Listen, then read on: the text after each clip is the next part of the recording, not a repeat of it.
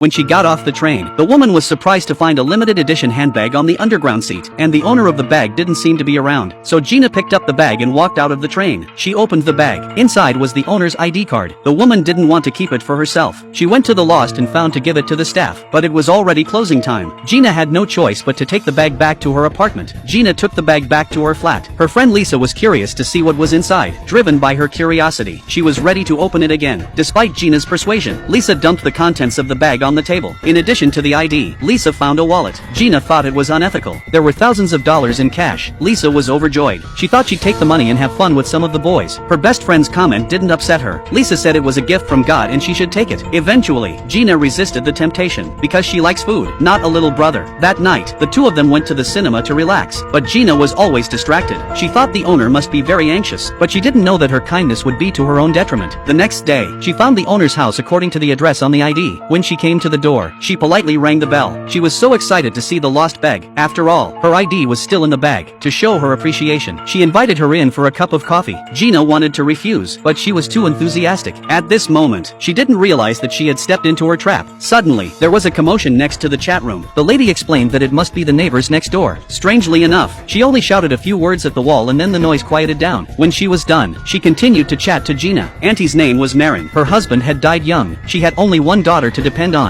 Unfortunately, her daughter is in college and can't come home often. Whenever she missed her daughter, she would come to the piano to express her longing with her voice. Gina could hear that Melon's music was sad. It made her feel compassionate, because the heroine's mother had also died. This song also brought back memories. Perhaps because they were also lonely, the two of them became more and more in touch with each other, as if they were mother and daughter. They exchanged phone numbers, but Melon called Gina the same night. She said she was too lonely. She wanted her to go with her to adopt a dog tomorrow. Gina couldn't say no, so she agreed. When she hung up, her best friend advised her to be wary of strangers. Who knows if they are bad people? Gina just smiled and didn't say anything. The next day, Gina accompanied Maylin to adopt a dog. Afterwards, they went to the park. Gina taught Maylin how to take photos with her mobile phone. The two of them became good friends and talked about everything. Instead of being friends, Gina felt a mother's love for Maylin. Meryl took her as her goddaughter without a second thought. Of course, this was only on the surface. That night, she used her computer to check Gina's profile. She did this so that she could know her prey completely. That day, Marin spoke to her daughter on the phone in front of her. Once again, Gina's guard was down. Thanks to her kindness, when she was upset, she would even play piano music in order to accompany this lonely old man. Gina dropped all her socializing. Her girlfriends advised her to keep her distance, but after all this time, Gina had come to think of her as family. It was only on this night that Gina realized the crisis. That night, the heroine was going to have a candlelight dinner with Maylene. Before dinner, Marin said there were candles in the cupboard and asked her to look for them, but the heroine opened the wrong cupboard by mistake. Inside were hundreds of identical designer bags. Gina had a bad feeling. She knew she had fallen into a trap, because a few days ago she found a bag of the same model on the underground and found the owner's ID card inside the bag. Out of kindness, she didn't take it. She found the address and returned the bag to Meryl. Maylin was generous enough to invite the heroine to stay for dinner. Gina was looking for candles when she stumbled upon this scene. While Marin was cooking, Gina then opened one. It was the same ID card, and Gina was surprised to find her prey's ID on the back of the bag. Oh my god, the heroine realized she was in a den of thieves. In order to save herself, she decided to play along with Merlin, but during the meal, Gina was clearly scared. Marin seems to have noticed her unusual behavior. Gina got up and left in a panic. Before leaving, she said she had a sudden stomachache and needed to go home to recuperate. Meryl didn't understand what was going on. She even pretends to be concerned about Gina and asks if she's out of her mind. Now the heroine does not care about nonsense. She just wants to get away from this crazy woman. Back home, Gina told her best friend what happened that night. Since there was no evidence of a crime, she could only advise her to cut off her relationship with Marin. Since then, Marin has been calling her constantly, but the heroine is no fool. Whenever she saw her, she would turn on the mute. That night, Gina worked late into the night. When she was resting, she opened her mobile phone. It was a shock. Merlin sent hundreds of messages during the mute. And that's not all. Gina called her best friend to find out what was going on. She was shocked again.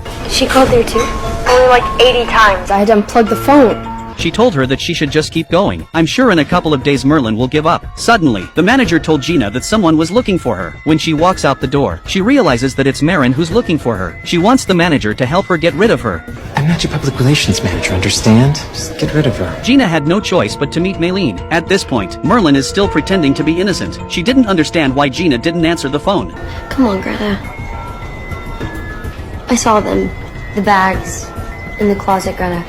I saw them. Gina didn't listen to her explanation. She went back to the kitchen, but Marin had a scowl on her face. For the rest of the day, the heroine still didn't answer her calls. Gina refused to accept the flowers Marin sent her. That day at work, she saw Marin again. Why can't she get rid of it? Maylin just stood across the road and looked at her, but she stood there until Gina got off work. She complained to the police on duty, but they couldn't do anything about it. After all, they didn't do anything. From then on, Maylin kept pestering Gina, in the metro station and even in the corridor of her flat. Even then, Gina wouldn't forgive her. The woman was horrified to find herself imprisoned. The windows of the house have been sealed with wooden slats. It's impossible to get out. She frantically tapped on the door to get out of the room, but there's no way out with the piano on top of the door. When she calmed down, Gina found another girl's student ID on the table. Obviously, this girl has been in a bad way. With that in mind, Gina picks up a stool and continues to smash the door. Maylin used Gina's mobile phone to send a message to her friend. The father received a photo of the girl traveling with her best friend. Her best friend received a picture of Gina and her father traveling. What Maylin didn't realize was that the heroine and her father had a very poor relationship.